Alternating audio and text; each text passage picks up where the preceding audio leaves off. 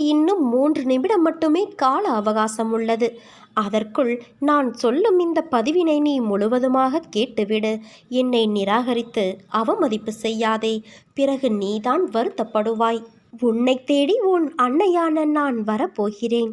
அன்பு குழந்தையே, என்னிடம் நீ முழு மனதோடு கேள். என்னிடம் உள்ள அனைத்தையும் நான் உனக்கு தருவேன். ஒவ்வொரு நிலையை நினைத்தும் நீ எதற்கு வேதனைப்படுகிறாய்? இப்படி வேதனை மேல் வேதனைப்பட்டு எதை சாதிக்கப் போகிறாய்?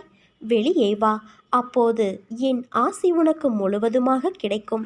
வெறும் வாய் வார்த்தைகளால் நான் இதைச் சொல்லவில்லை. நான் உன்னோடு இருக்கும் பொழுது உன் கவலைகளை என் பாதத்தில் வை.